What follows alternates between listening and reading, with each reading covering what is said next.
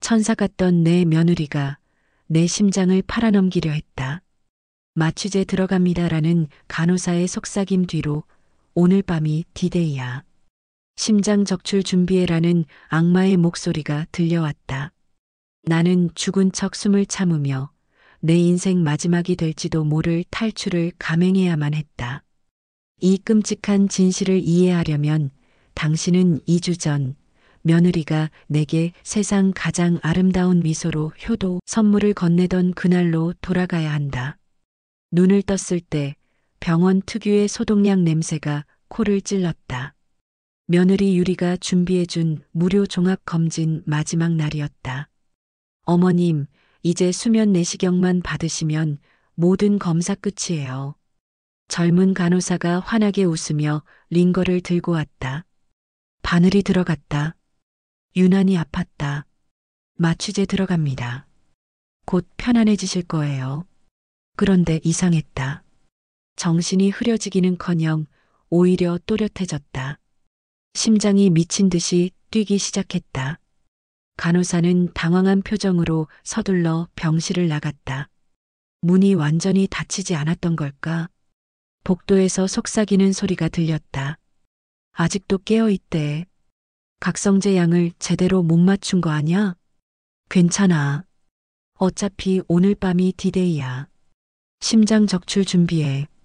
VIP는 이미 대기 중이래. 희귀 혈액형의 건강 상태 완벽하다잖아.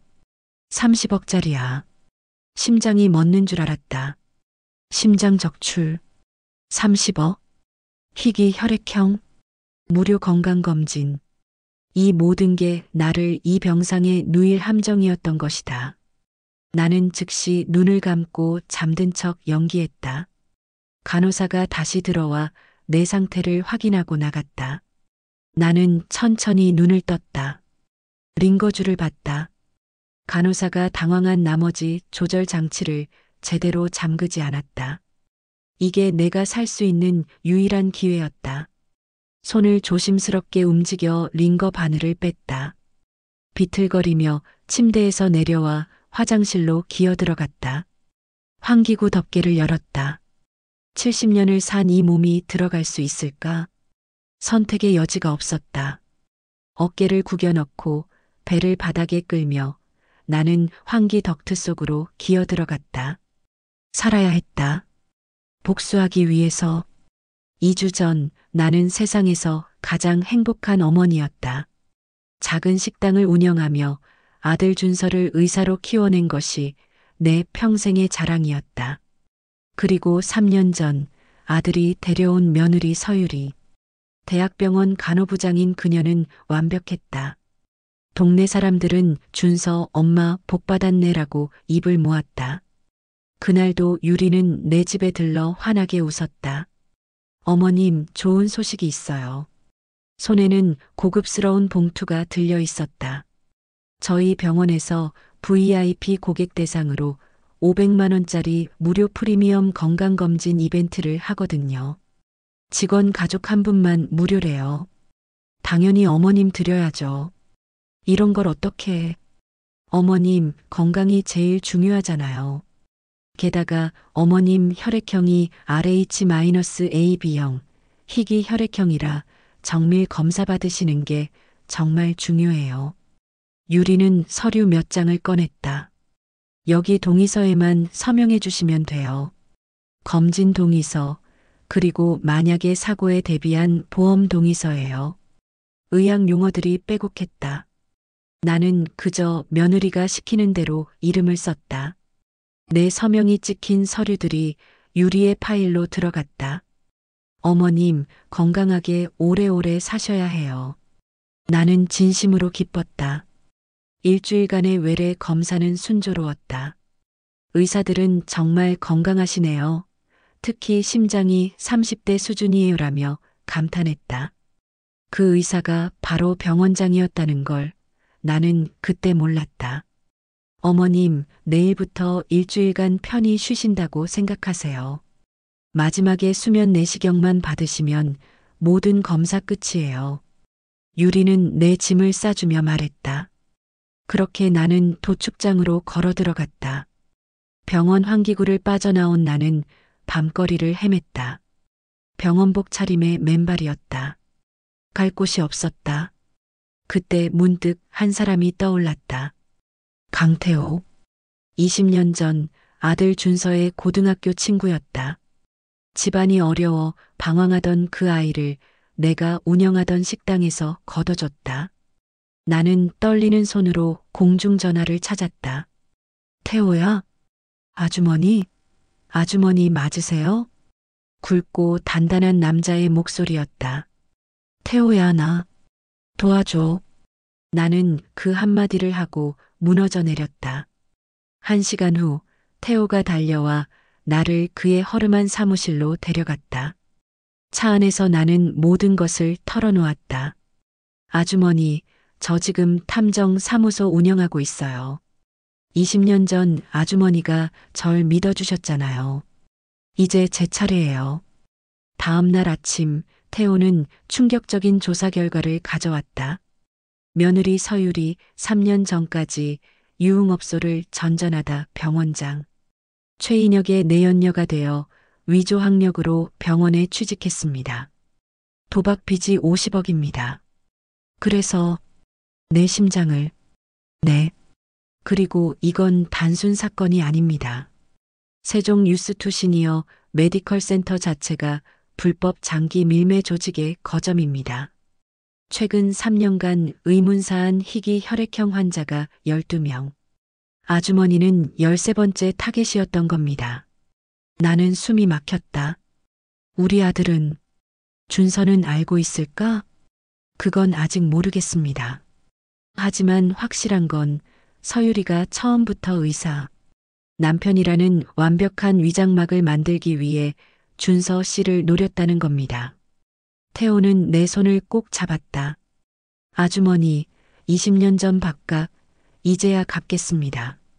이 개응식들 제대로 응징해드리겠습니다.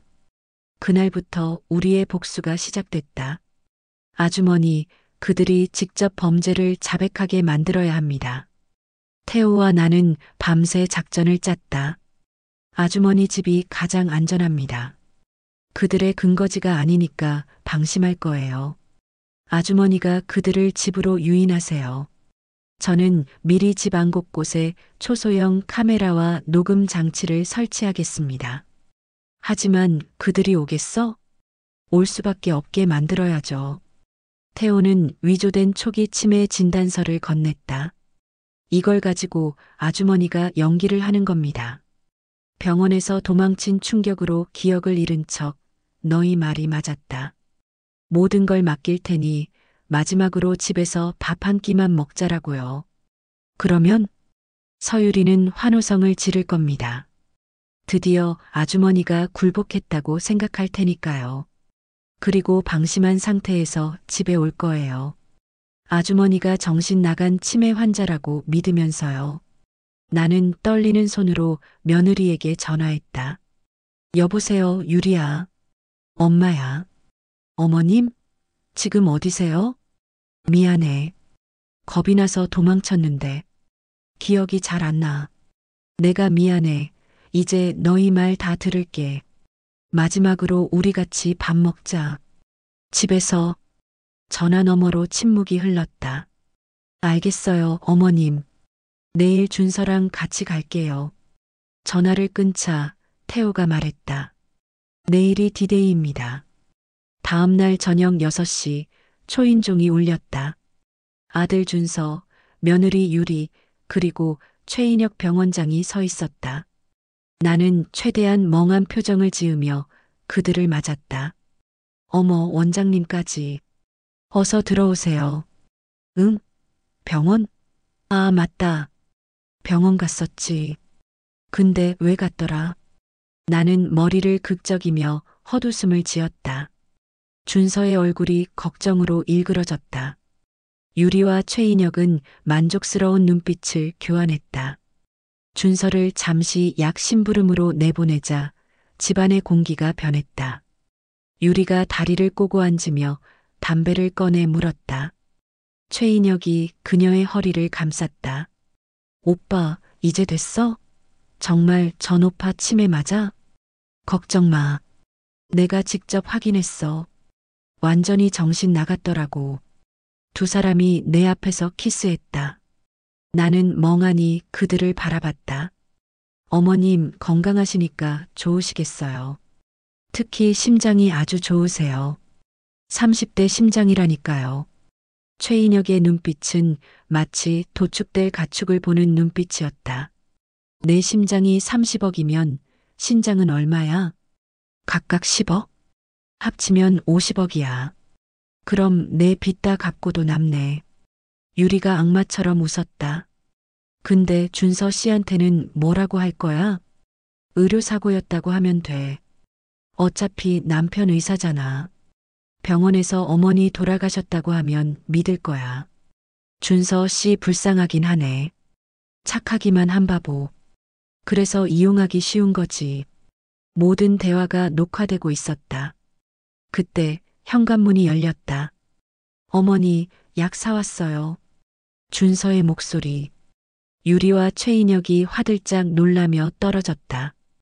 유리는 순식간에 다시 천사의 얼굴로 돌아왔다.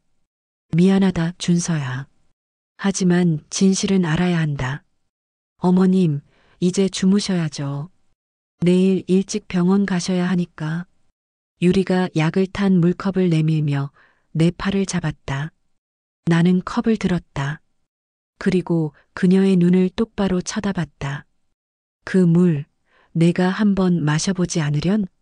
내 목소리가 차갑게 가라앉았다. 유리가 흠칫 놀랐다. 어머님? 연기 그만해. 나 치매 아니야. 순간 거실이 조용해졌다. 내가 내 심장에 30억 값어치를 매겼지. 신장은 각각 10억이고 유리의 얼굴에서 모든 표정이 사라졌다. 그때 거실 TV가 켜졌다. 화면에 방금 전까지의 장면이 재생됐다. 유리와 최인혁이 키스하는 장면, 어머님. 심장이 30억짜리라고 말하는 장면, 의료사고였다고 하면 믿을 거야라고 웃는 장면. 아니, 이건 불법 도청이야. 최인혁이 소리쳤다. 집주인이 자기 집에 카메라 설치하는 게 불법인가요? 문이 열리고 태우와 경찰들이 들이닥쳤다. 준서는 그 자리에 무너져 앉았다. 유리야, 이게 사실이야? 유리는 대답 대신 물컵을 바닥에 내팽개쳤다. 재수없게 계획이 다 틀어졌잖아. 50억이에요. 당신 어머니 팔면 내 인생이 바뀌는 거였어요. 근데 이 늙은 여우가 유리가 나를 노려봤다. 차가운 수갑이 그녀의 손목에 채워졌다. 최인혁도 체포됐다. 서유리, 최인혁, 당신들은 살흥 예비, 불법 장기 매매 혐의로 체포됩니다. 경찰들이 두 사람을 끌고 나갔다. 거실에는 나와 오열하는 준서, 그리고 태호만 남았다. 사건은 언론에 대서특필됐다. 세상이 발칵 뒤집혔다. 세종 뉴스투 시니어 메디컬 센터는 폐쇄됐고 관련자들이 줄줄이 검거됐다. 준서는 경찰 조사에서 공범이 아님이 밝혀졌다. 그는 정말 아무것도 몰랐다. 하지만 세상은 그를 장기 밀매범의 남편, 어머니를 도축장으로 보낸 불효자라며 손가락질했다. 한 달 후 준서는 의사 면허를 스스로 반납했다. 어느 날 밤 그가 내 집 앞에 나타나 무릎을 꿇었다. 어머니, 용서해 주세요. 제가 잘못했습니다. 나는 문턱에 서서 폐인이 된 그를 내려다봤다. 준서야. 예, 어머니. 나는 너를 용서할 수 없다. 준서의 몸이 굳었다. 내가 몰랐다는 건 안다. 하지만 3년 동안 내 아내가 누구인지 몰랐다는 게 더 큰 죄다. 내 바로 옆에서 12명이 죽어나가고 있었어. 너는 눈을 감고 있었고, 어머니 제발 가거라. 다시는 내 앞에 나타나지 마. 나는 문을 닫았다. 준서의 울음소리가 문 밖에서 들렸다. 복수는 성공했지만 마음은 쓰디쓸 뿐이었다. 1년이 지났다. 나는 예전에 운영하던 작은 한식당을 다시 열었다. 태호는 내 옆에서 아들처럼 나를 도왔다. 어느 비 오는 오후 익숙한 실루엣이 보였다. 비에 흠뻑 젖은 남루한 남자. 준서였다. 그는 식당 앞에 서서 한참을 망설였다. 나는 말없이 국밥을 끓였다. 준서가 어렸을 때 가장 좋아하던 음식. 국밥을 쟁반에 담아 식당 문 앞에 내려놓았다. 먹어. 준서가 고개를 들었다. 눈이 마주쳤다. 비 맞지 말고 처마 밑에서라도 먹고 가. 나는 더 이상 말하지 않고 식당 안으로 들어갔다. 창문 너머로 준서가 보였다. 그는 쟁반 앞에 무릎을 꿇고 앉아 소리 없이 울기 시작했다. 한참 후 그는 국밥을 먹기 시작했다. 다 먹고 난 후 그는 빈 그릇을 문 앞에 조심스럽게 놓고 허리를 깊이 숙여 절을 했다. 그리고 비를 맞으며 사라졌다. 태호가 물었다. 또 오면 어떻게 하시겠어요? 그때 가서 생각하지 뭐. 나는 국자를 들고 다시 육수를 저었다. 용서할 수 있을까? 모르겠다. 하지만 완전히 내칠 수도 없었다. 그는 여전히 내 아들이니까. 창밖으로 비가 그치고 무지개가 떴다. 어서 오세요. 뭘 드릴까요? 나는 새로운 손님을 맞으며 미소 지었다. 삶은 계속되는 것이다. 복수 후에도 배신 후에도. 그리고 나는 그 삶의 한가운데에 서 있다. 뜨거운 육수를 저으며 다음 손님을 기다리며 어쩌면 언젠가 다시 올 아들을 생각하며. 비는 완전히 그쳤고 하늘은 맑았다. 새로운 하루가 시작되고 있었다.